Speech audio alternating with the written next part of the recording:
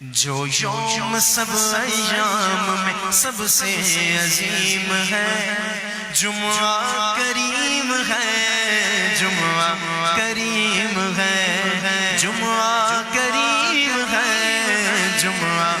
السلام علیکم ورحمۃ اللہ وبرکاتہ۔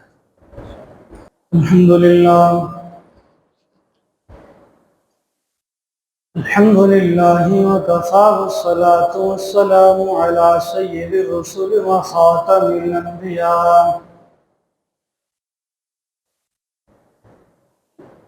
اما بعد فاعوذ باللہ من شرور انفسنا ومن سیئات اعمالنا، من یهده اللہ فلا مضل له ومن يضلله فلا هادي له، ونشهد أن لا إله إلا الله وحده لا شريك له، وأشهد أن سيدنا ومولانا وحبيبنا وشفيعنا وسندنا محمدا عبده ورسوله، أما بعد، أعوذ بالله من الشيطان الرجيم، بسم الله الرحمن الرحيم، إن الذين قالوا ربنا الله ثم استقاموا تتنزل عليهم الملائكة ألا تخافوا ولا تحزنوا وأبشروا بالجنة التي كنتم توعدون۔ صدق الله العظيم وصدق رسوله النبي الأمي الكريم، ونحن على ذلك لمن الشاهدين والشاكرين، والحمد لله رب العالمين۔ اللهم صل على محمد وعلى آل محمد كما صليت على إبراهيم وعلى آل إبراهيم إنك حميد مجيد، اللهم بارك على محمد وعلى آل محمد كما باركت على إبراهيم وعلى آل إبراهيم إنك حميد مجيد۔ میں راضی ہوں، راضی ہو آپ مجھ سے مولا، مولا نے کہہ دیا ہے اصحاب مصطفیٰ سے، اسلام کے لیے جینا ہو یا مرنا، ہم کو سبق ملا ہے اصحاب مصطفیٰ سے۔ محترم و مکرم سامعین، اللہ رب العزت قرآن مجید فرقان حمید میں ارشاد فرماتے ہیں،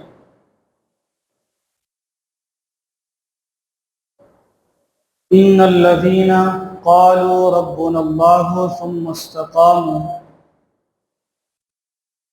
تتنزل علیہم الملائکہ، کہ جو شخص کہہ دیتا ہے کہ اللہ ایک ہے، اللہ وحدہ لا شریک ہے،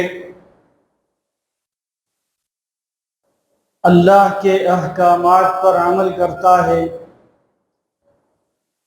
پھر وہ اس پر ڈٹ جاتا ہے۔ ڈٹ جانے سے مراد کہ دنیا وما فیہا کو پیچھے چھوڑتا ہے، یہ نہیں سوچتا کون کیا کہہ رہا ہے، کون کیا کر رہا ہے، بس جہاں پر اللہ رب العزت کا حکم آ گیا وہاں پر وہ سینہ تان کے کھڑا ہو جاتا ہے۔ اسی لیے فرمایا کہ جو اللہ کو وحدہ لا شریک مانتا ہے، مان کر پھر اس پر ڈٹ جاتا ہے، تو پھر ملائکہ آسمان سے نازل ہوتے ہیں اور اسے کہتے ہیں اللہ تخافو، خوف نہ کر، ولا تحزنوا، اور غم نہ کر، وَأَبْشِرُوا بِالْجَنَّةِ الَّتِي كُنْتُمْ تُوعَدُونَ، اے مومن انسان، اللہ رب العزت نے تیرے لیے جنت کو سجا کے رکھا ہے۔ اس آیت مبارکہ میں اللہ رب العزت کا واضح حکم کہ جہاں پر رب کائنات کا حکم آ جائے وہاں پر یہ نہیں دیکھنا کہ دنیا والے کیا کہتے ہیں، میرے گھر والے کیا کہتے ہیں، یا کون کیا کہہ رہا ہے، اس سے فرق نہیں پڑتا۔ بس جب رب کائنات اور فخر موجودات صلی اللہ علیہ وآلہ وسلم کا حکم آ جائے اس وقت کوئی چیز سامنے نہیں ہونی چاہیے۔ اور اس کی مثال اصحاب مصطفیٰ صلی اللہ علیہ وآلہ وسلم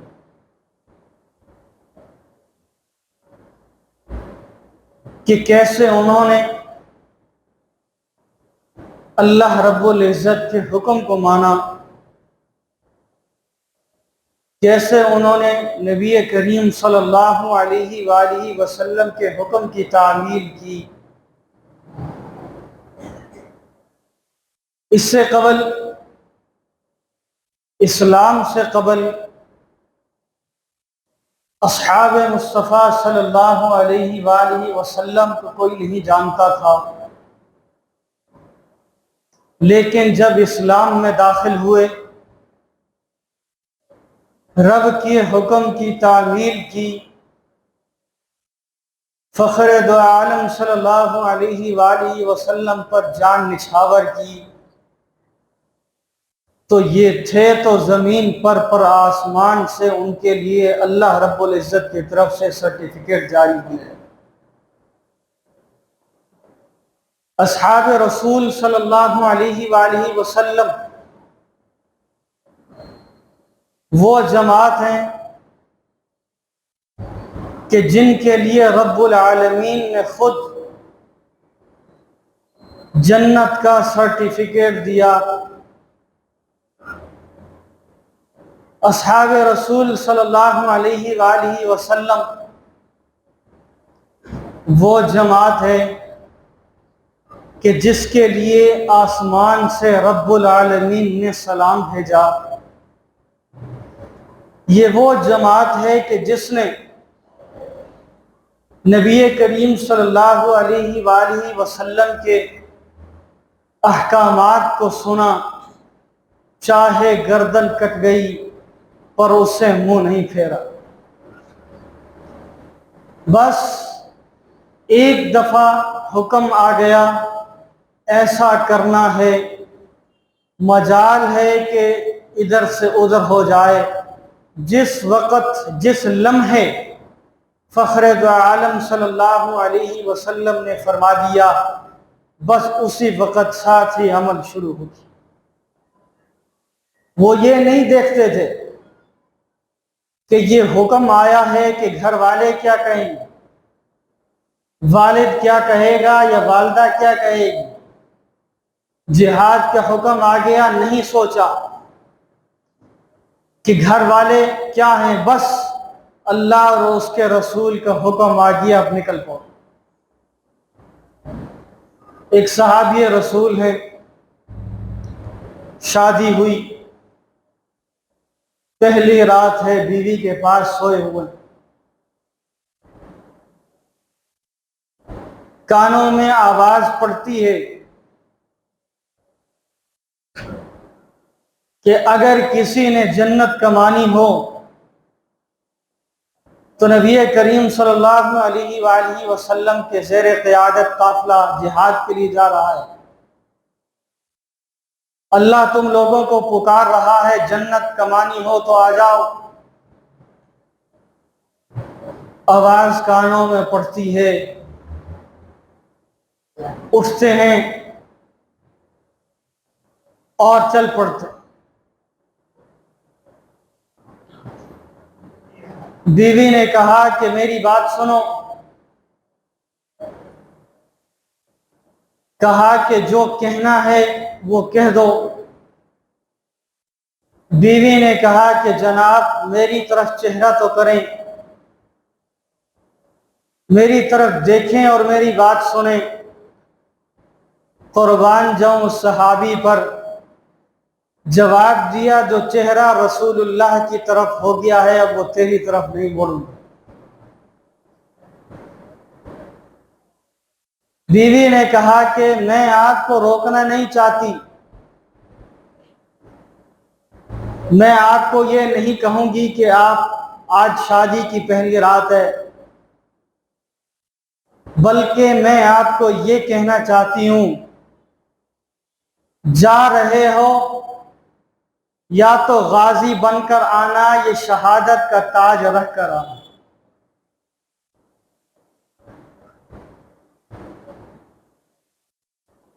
بات سنی اور چل پڑے، میدان جہاد میں گئے، جہاد کیا، شہادت پالی۔ جب شہداء کو اکٹھا کیا جا رہا تھا، فخر دو عالم صلی اللہ علیہ وآلہ وسلم جب اس صحابی کے قریب آئے تو دیکھ کر جیسے انسان شرماتا ہے اور ساتھ میں تھوڑی سی مسکراہٹ لے آئے، مسکرائے، پوچھا یا رسول اللہ صلی اللہ علیہ وآلہ وسلم آپ کیوں مسکرائے، اس کی وجہ کیا ہے؟ فرمایا کہ اس کو جنت کے فرشتے جنت کے پانی سے غسل دے رہے ہیں۔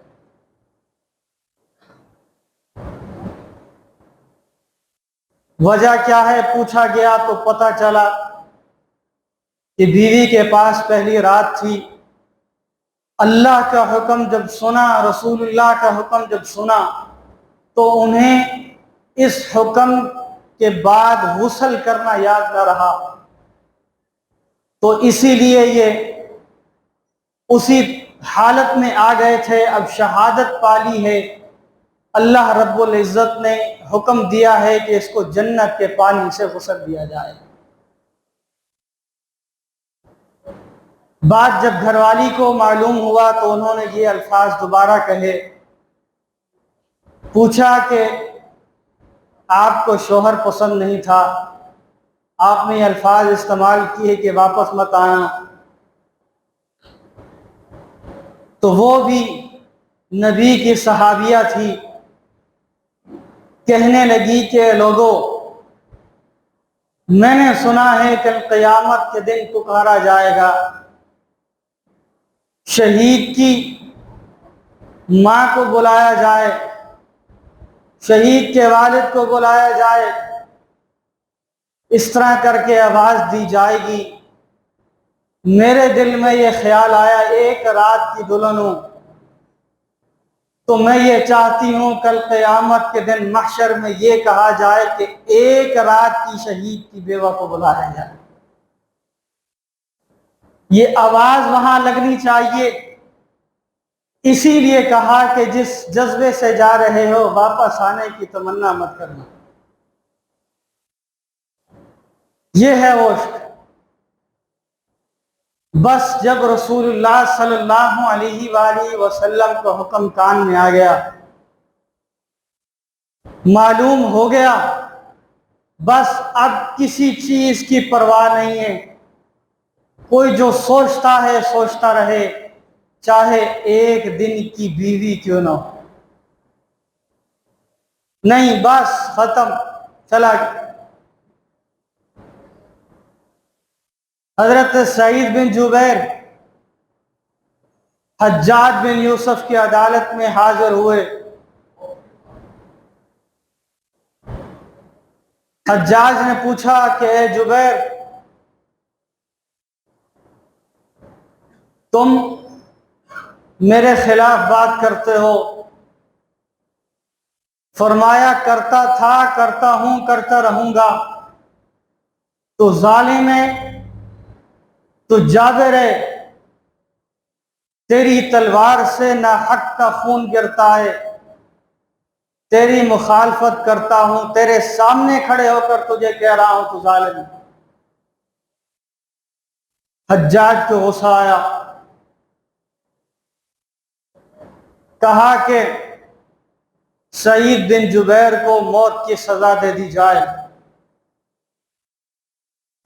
حضرت سعید بن جبیر مسکرائے اور کہا میں 2 رکعت نماز نفل ادا کرنا چاہتا ہوں موت سے قبل۔ اجازت دے دی گئی، لیکن ساتھ اس نے کہا کہ تم نماز کعبے کی طرف نہیں، مشرق کی طرف یا کسی اور طرف منہ کر کے نماز ادا کرو گے۔ حضرت سعید بن جبیر پھر مسکرائے اور کہا کہ حجاج، تو پتہ نہیں کیا سوچتا ہے، لیکن میرا قرآن کہتا ہے رب المشرقین و رب المغربین، مشرق میں بھی میرا خدا ہے، مغرب میں بھی میرا خدا ہے، میں نے نماز خدا کے لیے ادا کرنی ہے، چاہے جس طرف تو کہے، لیکن مجھے اجازت دے دے میں نماز ادا کروں۔ کہا ٹھیک ہے۔ نماز کے لیے کھڑے ہوئے، نماز کے بعد فارغ ہوئے تو کہنے لگے اس نماز میں بہت مزہ آ رہا تھا، کیونکہ زندگی کی آخری نماز ہے، وہ جو تعلق رب سے جڑا ہوا تھا اس میں اتنا لطف آ رہا تھا کہ میں بتا نہیں سکتا۔ لیکن پھر خیال آیا کہیں حجاج یہ نہ سمجھ جائے کہ موت کے لیے سعید نے نماز کو لمبا کر دیا، اسی لیے میں نے نماز کو جلدی مکمل کر دیا۔ نماز کے بعد حجاج کا تخت لگایا گیا، اس کے اوپر وہ بیٹھا، جلاد کو حکم ہوا حضرت سعید بن جبیر رضی اللہ تعالی عنہ کی گردن مبارک اور شہادت سے پہلے آسمان کی طرف منہ اٹھاتے ہیں اور کہتے ہیں یا اللہ میں آخری ہوں، اس کے بعد حجاج کی تلوار سے خون نہ بہے اور اسے تباہ و برباد کر دے۔ یہ دعا کی اور سر قلم کر دیا گیا، خون نکلا۔ روایات میں آتا ہے کہ حجاج کا جہاں تخت لگا ہوا تھا کہ اس کے نزدیک وہ خون پہنچ گیا۔ حجاج پر گھبراہٹ طاری ہو گئی، کھڑا ہوا، پوچھا میں نے بڑے لوگوں کو قتل کیا ہے اپنے سامنے، لیکن ان کا خون تھوڑے سا زیادہ نہیں نکلتا تھا۔ ایک اللہ والا کھڑا ہوا، اس نے کہا حجاج اگر سچ سننا چاہتا ہے تو میں سچ کہنا چاہتا ہوں۔ اس نے کہا میں جاننا چاہتا ہوں۔ انہوں نے کہا کہ حجاج دوسرے لوگ جب تیرے پاس آتے تھے ڈرتے تھے، تیرا خوف ان کے اندر اتنا ہوتا تھا کہ ان کا خون خشک ہو جاتا تھا، وہ اپنی موت کے خوف سے ڈرتے تھے، لیکن سعید ایک ایسا بندہ تھا جس کے دل میں تیرا نہیں رب کائنات کا ڈر تھا، اسی لیے وہ گھبرایا نہیں، وہ موت سے بھی نہیں گھبرایا، نہ تم سے گھبرایا ہے، وہ آرام سے اس نے جان اللہ کے راستے میں قربان کر دی۔ روایات میں آتا ہے کہ اس کے بعد حجاج کے اوپر ایک ایسی بیماری نازل ہوئی کہ اس کے بعد وہ اٹھ نہ سکا۔ یہ ہوتا ہے اس آیت کا مفہوم کہ ان الذین قالوا ربنا اللہ، جس نے اللہ کو مان لیا اور اس پر ڈٹ گیا، چاہے جو مرضی ہو جائے پھر وہ کسی چیز کی پرواہ نہیں کرتا۔ حضرت زید بن نظر غالباً یا نثار بن نظر رضی اللہ تعالی عنہ جنگ احد میں موجود تھے۔ جب نبی کریم صلی اللہ علیہ وسلم کی شہادت کی جھوٹی خبر پھیلائی گئی، جب لوگوں نے سنا تو بہادری کے ساتھ لڑتے ہوئے جب آگے گئے تو دیکھا مسلمانوں پر بڑی مایوسی طاری ہے۔ پوچھا کیا بات ہے؟ جواب دیا کہ سنا ہے فخر دو عالم صلی اللہ علیہ وسلم کو شہید کر دیا گیا۔ جوش میں آئے اور دعا کی، یا اللہ جس کے لیے زندہ تھا، جس کے لیے موجود تھا وہ ہی نہ رہے، میری شہادت کو قبول کر۔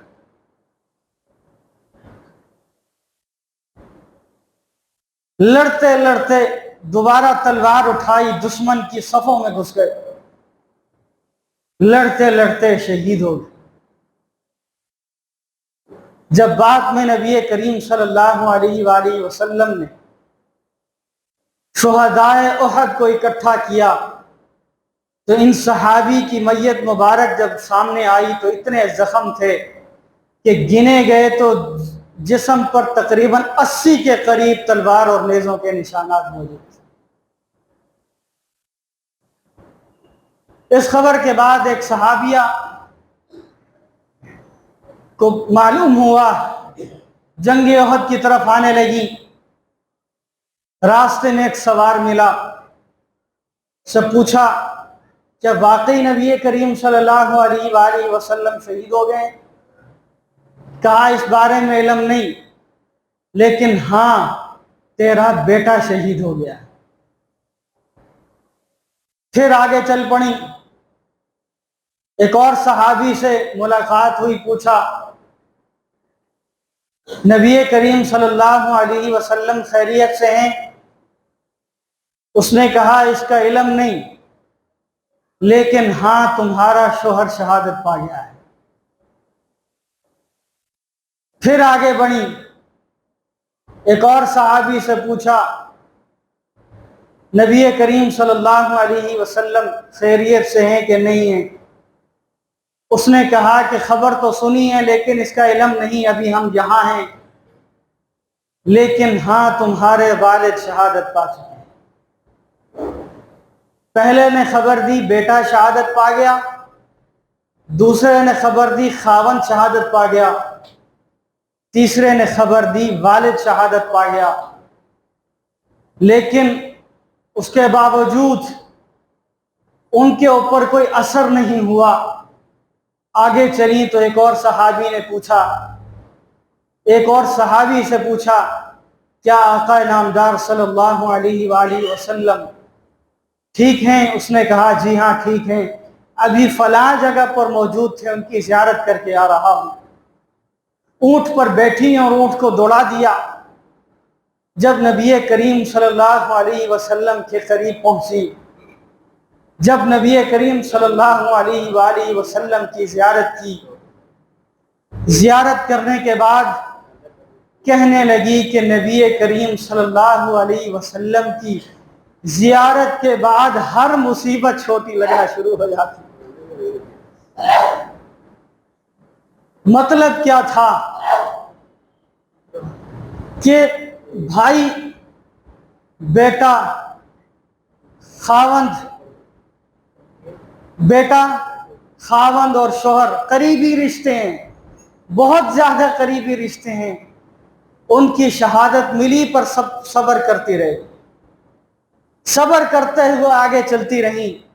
جب فخر دو عالم صلی اللہ علیہ وسلم کو دیکھا، فرمایا اس چہرے کی زیارت کے بعد وہ مصیبت جو میرے اوپر آئی تھی صبر والی، وہ چھوٹی لگنے لگ گئی تھی۔ یہ چیز ہے، اسی لیے یہ سوچنا نہیں چاہیے انسان کو کہ انسان کیا کر رہا ہے۔ بس رب کا حکم آ گیا، رب نے کہہ دیا، رب نے بلا لیا، اس کے رسول نے بلا لیا، اس کے بعد کوئی چیز معنی نہیں رکھتی۔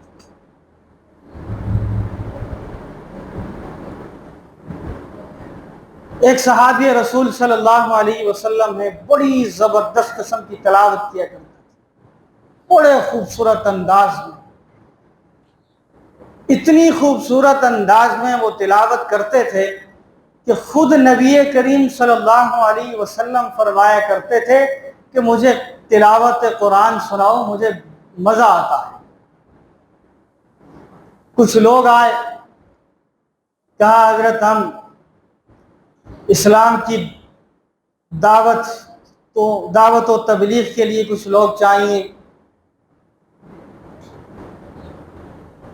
تو نبی کریم صلی اللہ علیہ وآلہ وسلم نے قافلہ ترتیب دیا، ان میں یہ صحابی رسول صلی اللہ علیہ وسلم بھی تھے۔ چل پڑے، وہاں پہنچنے سے پہلے ایک گھاٹی پہاڑی کی آتی تھی، وہاں پر چند مسلح لوگ موجود تھے۔ وہ پہاڑی سے نیچے اترے، انہوں نے حملہ کر دیا ان قافلے والوں پر، اور شہادتیں ہو گئیں۔ ان میں یہ قاری قرآن بھی موجود تھے۔ ایک صحابی رسول صلی اللہ علیہ وسلم بچتے بچاتے کسی طریقہ مدینہ منورہ پہنچ گئے، نبی کریم صلی اللہ علیہ وآلہ وسلم کی خدمت اقدس میں حاضر ہوئے اور عرض کیا، یا رسول اللہ صلی اللہ علیہ وسلم، انہوں نے ہمارے ساتھ غداری کی ہے، ہم فلاں گھاٹی پر پہنچے تھے تو انہوں نے حملہ کر دیا، یہ صحابہ کرام شہادت پا چکے ہیں۔ اور فرمانے لگے کہ جو قاری قرآن تھے،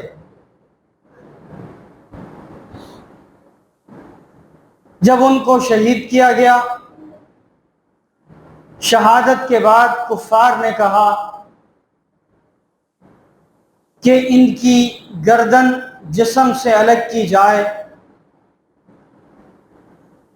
اور اس کو دکھایا جائے۔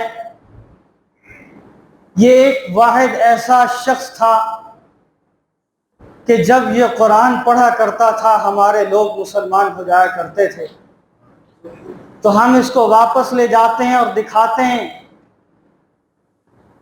اور ساتھ میں شراب بھی پیتے ہیں، خوشی مناتے ہیں۔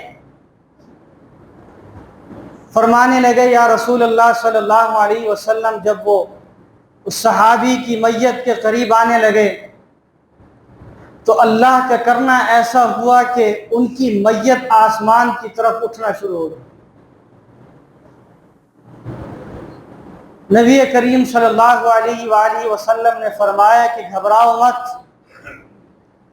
پریشان مت ہو، اللہ رب العزت نے اس قاری قرآن کو یہ اعزاز بخشا ہے کہ اس کا کفن دفن نوری فرشتے کریں۔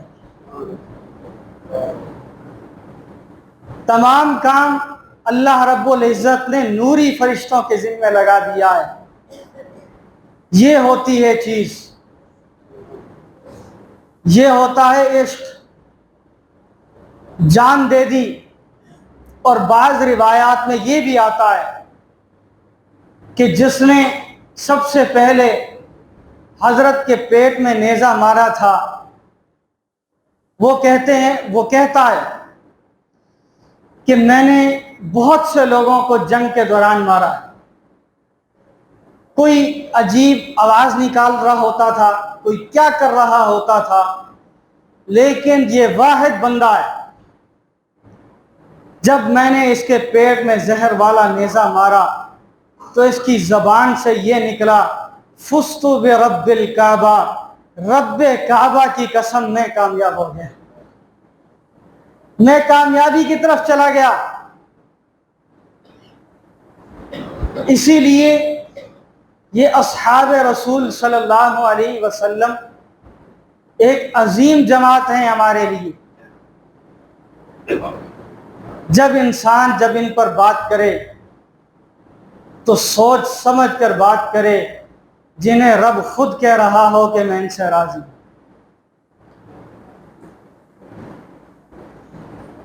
جنہیں رب وہ مانتے تھے۔ جب نبی کریم صلی اللہ علیہ وآلہ وسلم اس دنیا سے پردہ فرما گئے تو اصحاب رسول صلی اللہ علیہ وسلم کی عجیب حالت تھی۔ ایک صحابی کھیتوں میں کھڑے کھیتی کر رہے ہیں، ایک شخص بھاگتا ہوا آیا اور اس نے کہا کہ تم یہاں کھڑے ہو، فخر دو عالم اس دنیا سے کوچ کر گئے۔ آسمان کی طرف منہ کیا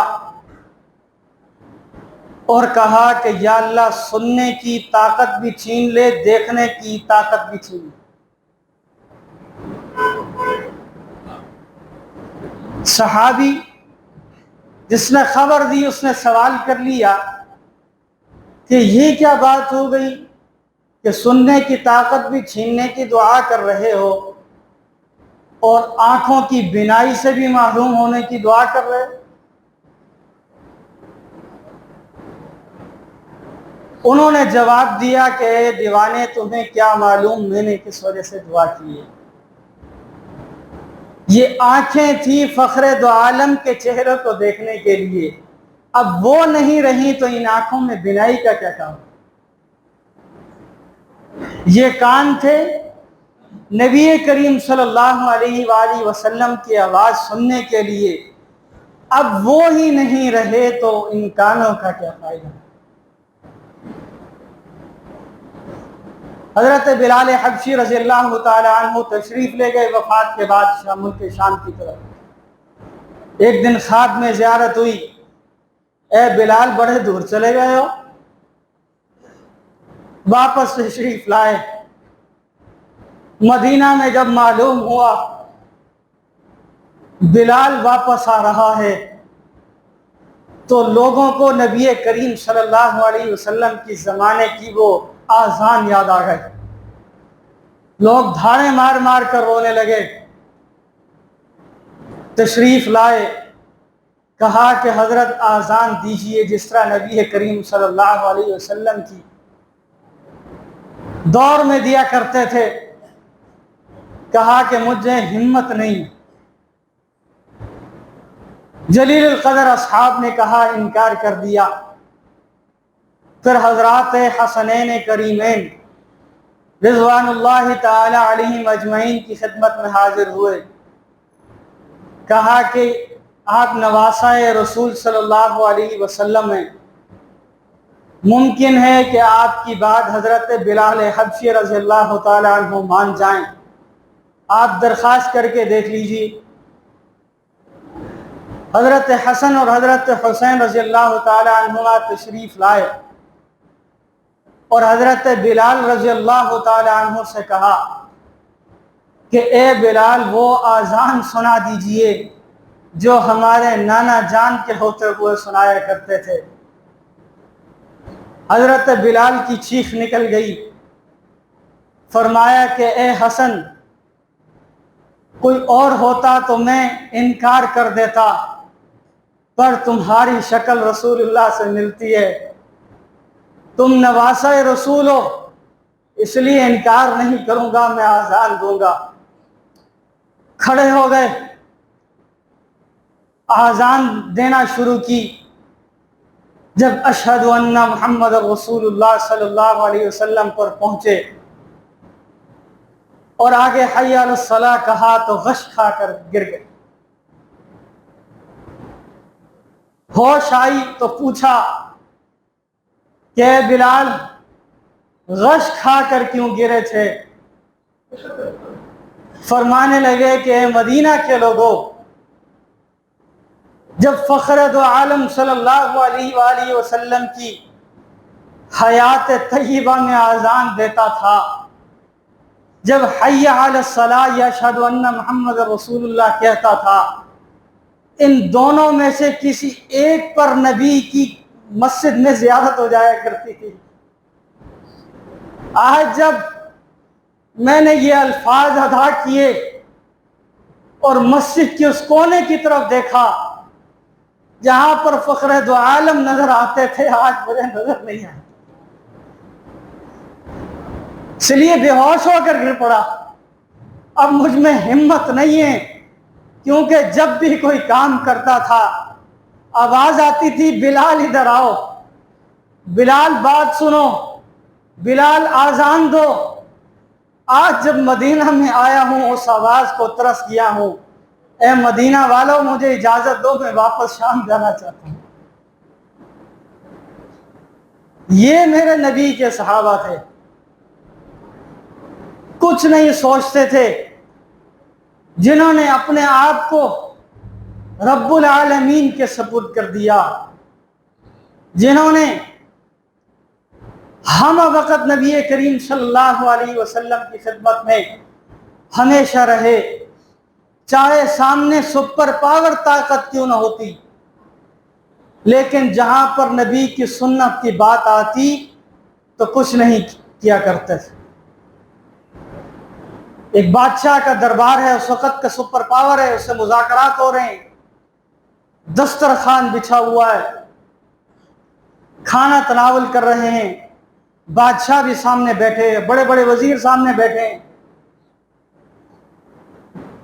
جو سربراہ تھا مذاکرات کرنے والا، اس کے ہاتھ سے ایک لقمہ زمین پر گر گیا، اس نے وہ لقمہ اٹھایا، بسم اللہ پڑھی اور اسے تناول کر لیا۔ ساتھ ایک شخص بیٹھا تھا، اس نے کونی ماری اور کان میں کہا کہ حضرت ہم تو یہاں مذاکرات کرنے کے لیے آئے ہیں، اتنا بڑا ملک ہے، سپر پاور ہے، بڑی طاقت ہے ان کے پاس، ان کے ہاں گری ہوئی چیز نہیں کھاتے، تو یہاں تو مذاکرات ناکام ہونے کا خدشہ ہے۔ وہ صحابی رسول جلال میں آئے اور اس کے منہ پر کہا، ان گدھوں کے لیے نبی کی سنت کو نہیں چھوڑ سکتا۔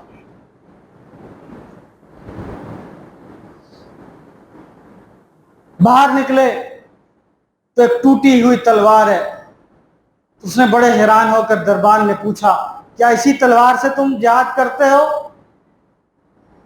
اس نے کہا ہاں۔ کہتا میں نہیں مان سکتا۔ فرمانے لگے جو سب سے مضبوط ڈھال ہے اسے لے کر آؤ۔ وہ لے کر آیا تو اسی ٹوٹی ہوئی تلوار سے ایک ضرب لگائی تو وہ دو ٹکڑے ہو گئے۔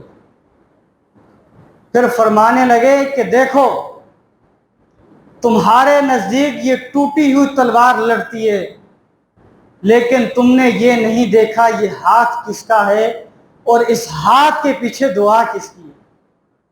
تو یہ ہیں اصحاب رسول صلی اللہ علیہ وسلم، بات کریں یا جو کریں ان کا خیال رکھیں۔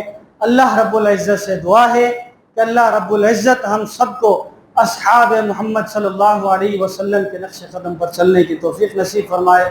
وآخر دعوانا الحمدللہ رب العالمین۔